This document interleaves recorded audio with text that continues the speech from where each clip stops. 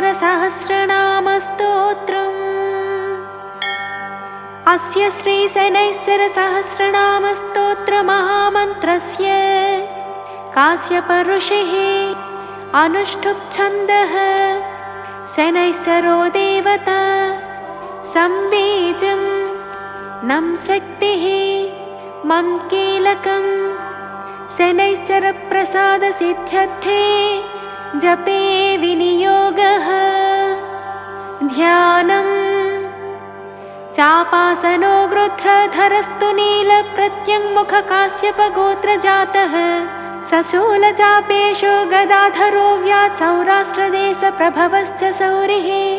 नीलाम्बरो नीलवपुकिरीटी गृध्रासनस्थो विकृताननश्च। केयूरहारादिविभूषिताङ्गः सदास्तु मे मन्दगतिप्रसन्नः। स्तोत्रम् ॐ अमिताभाष्यघहर अशेषदुरितापः अघोररूपोऽतिदीर्घकायो शेषभयानकः। अनन्तो अन्नदाता च स्वत्थमूलजपे प्रियः। अतिसम्पत्प्रदो मोघ अन्यस्तुत्या प्रकोपितः। अपराजितो द्वितीय अतितेजो भयप्रदः। अष्टमस्थोऽञ्जननिभ अखिलात्मार्कनन्दनः। अतिदारुणाक्षोभ्य अप्सरोभिः प्रपूजितः। अभीष्टफलदोरिष्टमथनोमरपूजितः। अनुग्राह्यो अप्रमेया पराक्रमविभीषणः। असाध्ययोगो अखिलदोषघ्न अपराकृतः।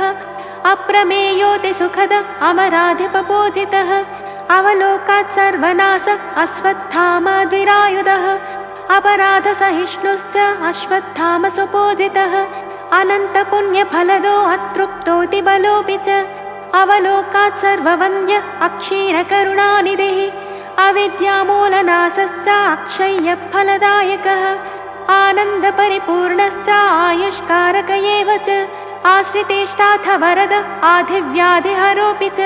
आनन्दमय आनन्दकरो आयुधदाकरः। आत्मचक्राधिकारी च आत्मस्तुत्यपरायणः। आयुष्करो आनुपूर्व्य आत्मा यत्तजगत्त्रयः।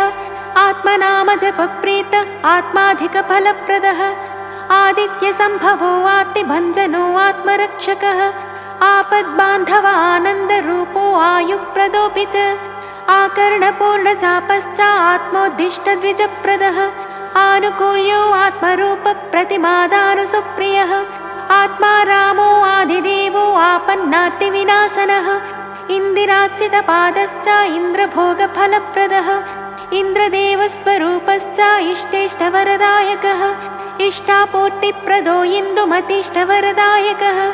इन्दिरारमणप्रेत इन्द्रवंशनृपाचितः। इहामुत्रेष्टफलद इन्दिरारमणाचितः। इन्द्रियो ईश्वरप्रेत ईशणात्रयवच्चितः। उमास्वरूप उद्बोध्य उशना उत्सवप्रियः। उमादेव्यच्चनप्रेत उच्चस्थोच्चफलप्रदः। उरुप्रकाशो उच्चस्थयोगद उरुपराक्रमः। ऊर्ध्वलोकादिसञ्चारी ऊर्ध्वलोकादिनायकः। ओजस्वी ऊनपादश्च ऋकाराक्षरपूजितः। ऋषिप्रोक्तपुराणज्ञ ऋषिभिः परिपूजितः। ऋग्वेदवन्द्यो ऋग्रूपी ऋजुमार्गप्रवर्तकः। लुलितोद्धारको लूतभवपाशप्रभञ्जनः। लोकाररूपको लब्धधर्ममार्गप्रवर्तकः। एकाधिपत्यसाम्राज्यप्रदो येनौघनाशनः। एकपाद्येक एकोनविंशतिमासभुक्तिदः। एकोनविंशतिवर्षदशो येणाङ्कपूजितः। ऐश्वर्यफलदो ऐन्द्र ऐरावत सुपूजितः। ओङ्कारजपः सुप्रीत ओङ्कारपरिपूजितः। ओङ्कारबीजो औदार्यहस्तो औन्नत्यदायकः। औदार्यगुण औदार्यशीलो औषधकारकः। करपङ्कजसन्नद्ध धनुश्च करुणानिधिः। कालः कठिनचित्तश्च कालमेघसमप्रभः।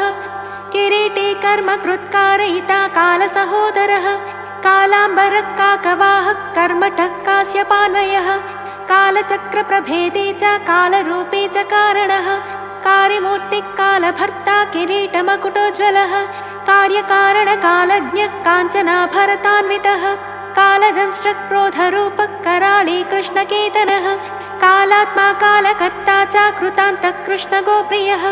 कालाग्निरुद्ररूपश्च काश्यपात्मजसम्भवः कृष्णवर्णः यश्चैव कृष्णगोक्षीरसुप्रियः कृष्णगोघृतसुप्रीतः कृष्णगोदधिसुप्रियः कृष्णगावैकचित्तश्च कृष्णगोदानसप्रियः कृष्णगोदत्तहृदयः कृष्णगोरक्षणप्रियः कृष्णगोग्रासचित्तस्य सर्वपीडानिवारकः कृष्णगोदानशान्तस्य सर्वशान्तफलप्रदः कृष्णगोसान्नकामस्य गङ्गास्नानफलप्रदः कृष्णगोरक्षणस्यासु सर्वाभीष्टफलप्रदः कृष्णगावप्रियश्चैव कपिलापशुप्रियः कपिलाक्षीरपानस्य सोमपानफलप्रदः कपिलादानसुप्रीतः कपिलाच्युतप्रियः कृष्णश्च कृत्तिकान्तस्थः कृष्णगोवत्ससुप्रियः कृष्णमाल्याम्बरधरः कृष्णवर्णतनूरुहः कृष्णकेतुकृशकृष्णदेहः कृष्णाम्बरप्रियः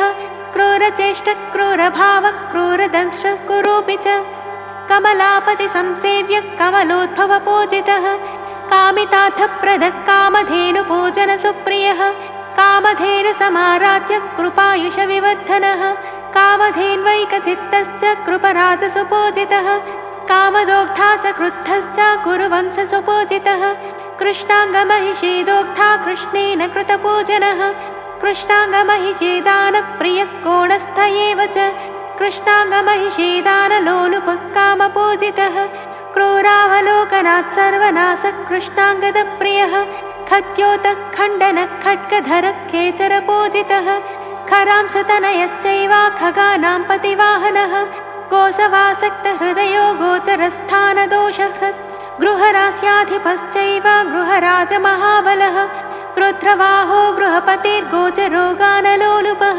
घोरो घर्मो घनतमो घर्मी घनकृपान्वितः घननीलाम्बरधरो जातिवर्णसंहितः चक्रवर्तिसमाराध्यश्चन्द्रमत्या समच्चितः चन्द्रमत्यातिहारी च चराचरसुखप्रदः चतुर्भुजश्चापहस्तश्चराचरहितप्रदः छायापुत्रश्चत्रधराश्छायादेवी सुतस्तथा जयप्रदो जगन्नीलो जपतां सर्वसिद्धिदः जपविध्वस्तविमुखो जम्भारि परिपूजितः जम्भारिवन्द्यो जयदो जगज्जनमनोहरः जगत्त्रयप्रकुपितो जगत्त्राणपरायणः जयो जयप्रदश्चैव जगदानन्दकारकः ज्योतिश्च ज्योतिषां श्रेष्ठो ज्योतिश्शास्त्रप्रवर्तकः जच्छरीकृतदेहश्च झल्लरीवाद्यसुप्रियः ज्ञानमूर्तिज्ञानगम्यो ज्ञानी ज्ञानमहानिधिः ज्ञानप्रबोधकश्चैव ज्ञानदृष्ट्यावलोकितः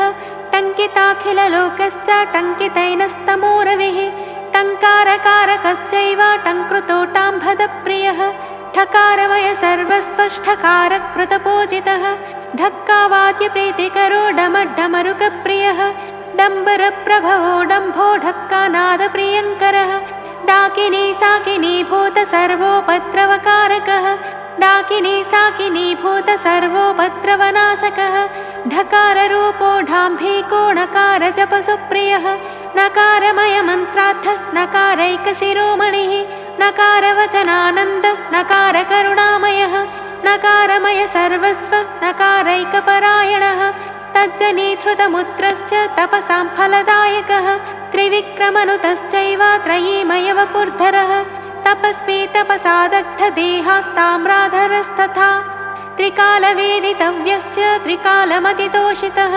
तुलोच्चयस्त्रासकरस्तिलतैलप्रियस्तथा तिलान्नसन्तुष्टमनास्तिलदानप्रियस्तथा तिलभक्ष्यप्रियश्चैव तिलचूर्णप्रियस्तथा तिलखण्डप्रियश्चैव तिलापूपप्रियस्तथा तिलहोमप्रियश्चैव तापत्रयनिवारकः तिलतर्पणसन्तुष्टस्तिलतैलान्नतोषितः तिलैकदत्तहृदयस्तेजस्वी तेजसानिधिः तेजसादित्यसङ्काशस्तेजोमयवपुर्धरः तत्त्वज्ञस्तत्त्वगस्तीव्रस्तपोरूपस्तपोमयः तुष्टिदस्तुष्टिकृत्तीक्ष्णस्त्रिमूर्तिस्त्रिगुणात्मकः तिलदीपप्रियश्चैव तस्य पीडानिवारकः तिलोत्तमामेनकादीनर्तनप्रिय एव च त्रिभागमष्टवर्गश्च स्थूलरोमास्थिरस्तथा स्थितस्थायी स्थापकश्च स्थूलसूक्ष्मप्रदर्शकः दशरथाचितपादश्च दशरथस्तोत्रतोषितः दशरथ प्रार्थना क्लुप्त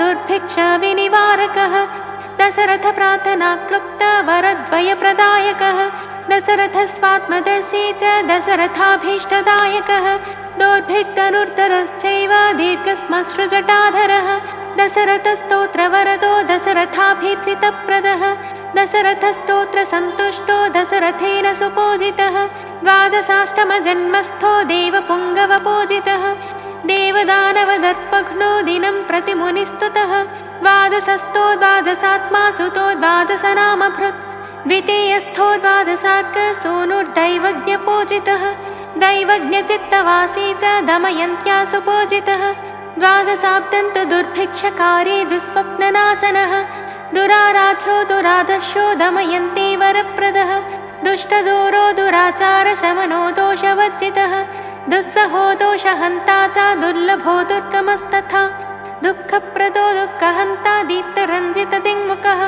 दीप्यमानमुखाम्भोज दमयन्त्या शिवप्रदः दुर्निरीक्ष्यो दुष्टमात्र दैत्यमण्डलनाशकः द्विजदानैकनिरतो द्विजाराधनतत्परः द्विजः सर्वात्तिहारी च द्विजराजसमर्चितः द्विजदानैकचित्तश्च द्विजराजप्रियङ्करः द्विजो द्विजप्रियश्चैव द्विजराजेष्टदायकः द्विजरूपो द्विजश्रेष्ठो दोषदो दुःसहोऽपि च देवादिदेवो देवेशो देवराजसुपूजितः देवराजेष्टवरदो देवराजप्रियङ्करः देवादिवन्दितो दिव्यतनुर्देवशिखामणिः देवगानप्रियश्चैव देवदेशिकपुङ्गवः द्विजात्मजसमाराध्यो ध्येयो धर्मी धनुर्धरः धनुष्मान् धनदाता च धर्माधर्मविवर्जितः धर्मरूपो धनुर्देव्यो धनुःशास्त्रात्मचेतनः धर्मराजप्रियकरो धर्मराजस्वपूजितः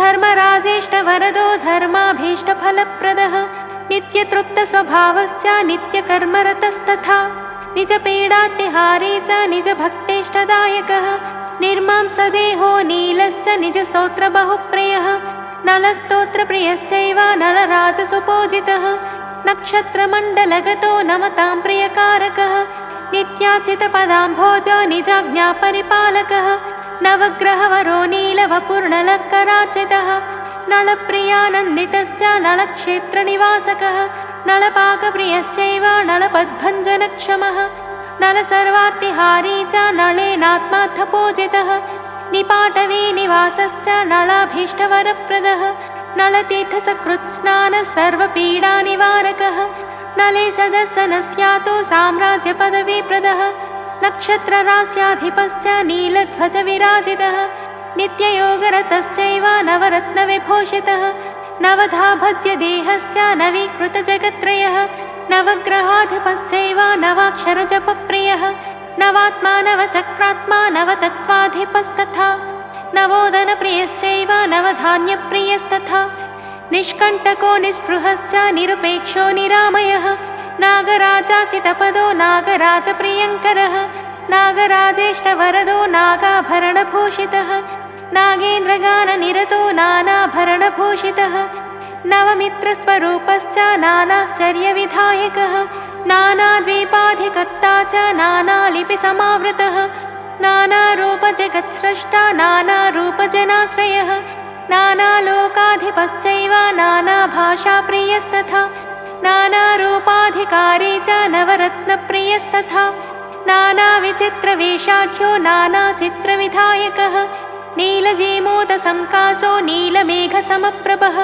नीलाञ्जनचयप्रख्यो नीलवस्त्रधरप्रियः नीचभाषाप्रचारज्ञो नीचैस्वलफलप्रदः नानागमविधानज्ञो नानानृपसमावृतः नानावर्णाकृतिश्चैव नानावर्णस्वरात्तवः नागलोकान्तवासी च नक्षत्रत्रयसंयुतः नभादिलोकसम्भूतो नामस्तोत्रबहुप्रियः नामपारायणप्रीतो नामार्चनवरप्रदः नामस्तोत्रैकचित्तश्च नानारोगार्तिभञ्जनः नवग्रहसमाराध्यो नवग्रहभयापहः नवग्रहसुसम्पूज्यो नानावेदसुरक्षकः नवग्रहाधिराजश्च नवग्रहजपप्रियः नवग्रहमयज्योतिर्नवग्रहवरप्रदः नवग्रहाणामधिपो नवग्रहसुपीडितः नवग्रहाधीश्वरश्च नवमाणिक्यशोभितः परमात्मा परब्रह्मा परमैश्वर्यकारणः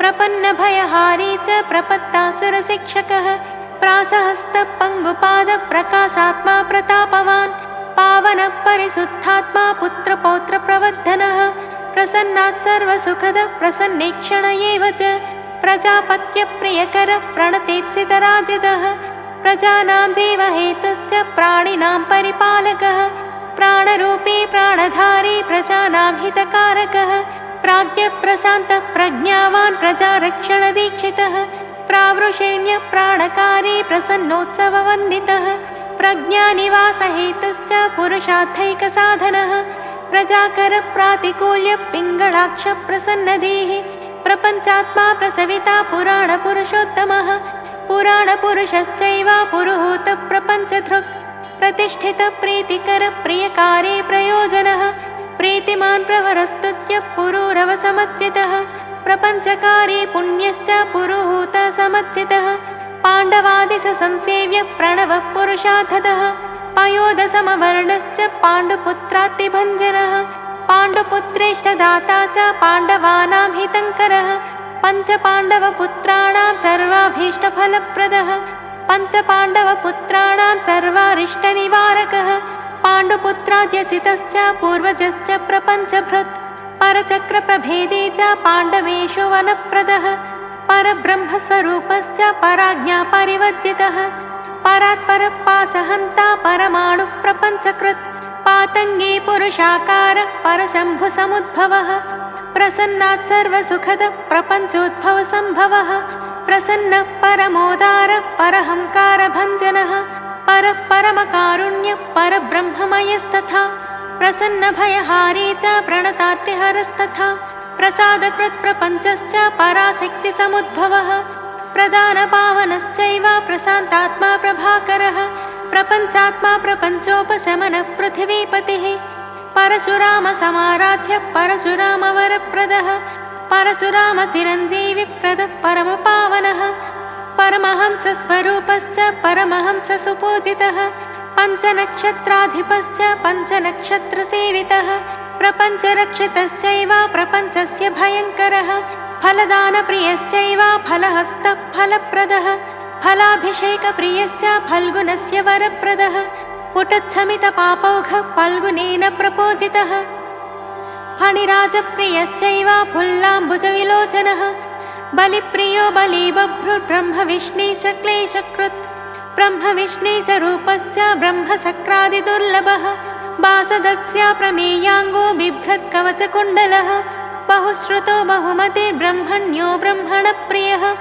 बलप्रमथनो ब्रह्मा ब्रह्मरूपो बहुप्रदः बालार्कद्युतिमान् बालो बृहद्वक्षो बृहत्तनुः ब्रह्माण्डभेदकृच्चैव भक्तसर्वार्थसाधकः भव्यो भोक्ता भीतिकृच्च भक्तानुग्रहकारकः भीषणो भैक्षकारी च भूसुरादिसुपूजितः भोगभाग्यप्रदश्चैव भस्मीकृतजगत्त्रयः भयानको भानुसूनुर्भूतिभूषितविग्रहः भास्वद्रतो भक्तिमतां सुलभो भ्रकुटीमुखः भवभूतगणैस्तुत्यो भूतसङ्घसमावृतः भ्राजिष्णुर्भगवान् भीमो भक्ताभीष्टवरप्रदः भवभक्तैकचित्तश्च भक्तिगीतस्तवोन्मुखः भूतसन्तोषकारी च भक्तानां चित्तशोधकः भक्तिगम्यो भयहरो भावज्ञो भक्तसुप्रियः भूतिदो भूतिकृद्भोज्यो भूतात्मा भुवनेश्वरः मन्दो मन्दगतिश्चैव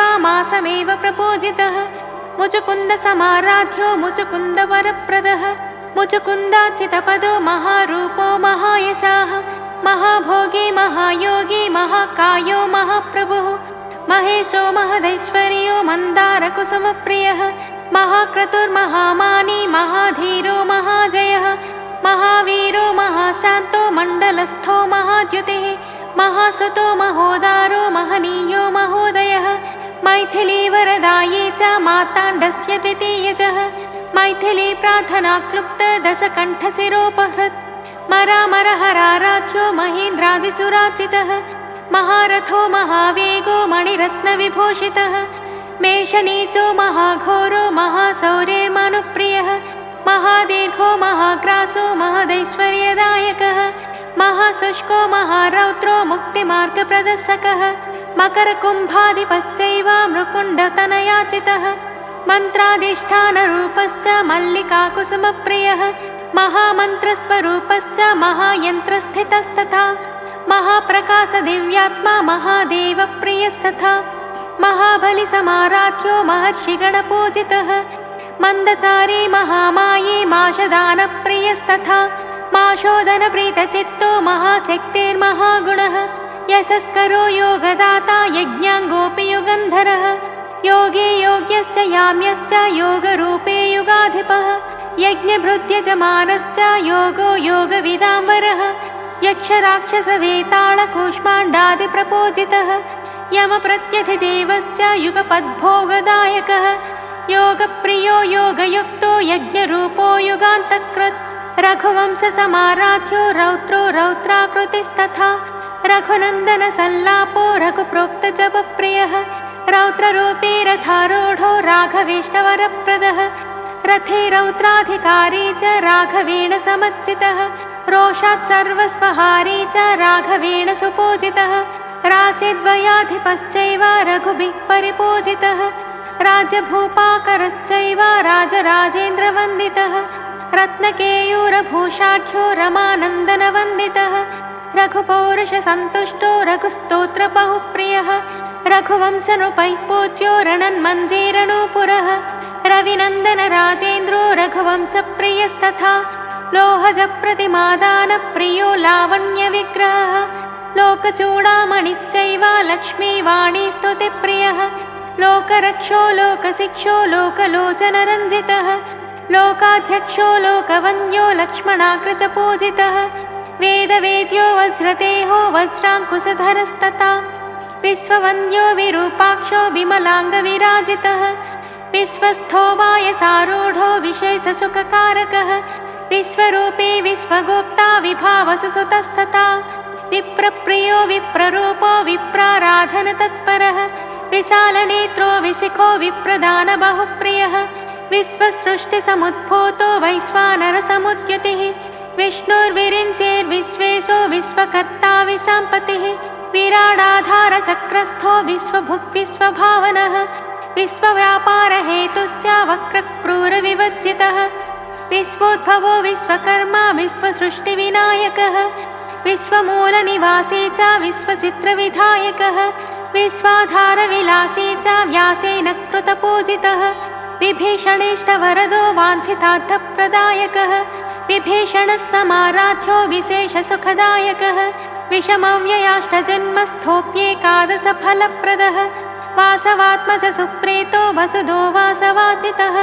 विश्वत्राणैकनिरतो वाङ्मनोतीतविग्रहः विरान्मन्दिरमूलस्थो बलीमुखसुखप्रदः विपाशो विगतातङ्को विकल्पपरिवर्जितः वरिष्ठो वरदो वन्द्यो विचित्राङ्गो विरोचनः शुष्कोदरशुक्लवपुः शान्तरूपी शनैश्चरः शोलीशरण्यः शान्तश्च शिवायामप्रियङ्करः शिवभक्तिमतां श्रेष्ठः शूलपाणिः शुचिप्रियः श्रुतिस्मृतिपुराणज्ञः श्रुतिजालप्रबोधकः श्रुतिपारगसम्पूज्य श्रुतिश्रवणलोलुपः श्रुत्यन्तर्गतमर्मज्ञः श्रुत्यैष्टवरदायकः श्रुतिरूपः श्रुतिप्रीतः श्रुतिप्सितफलप्रदः शुचिश्रुतः शान्तमूर्तिः श्रुतिश्रवणकीर्तनः शमीमूलनिवासी च शमीकृतफलप्रदः शमीकृतमहाघोरः शरणागतवत्सलः शमीतरुस्वरूपश्च शिवमन्त्रज्ञमुक्तिदः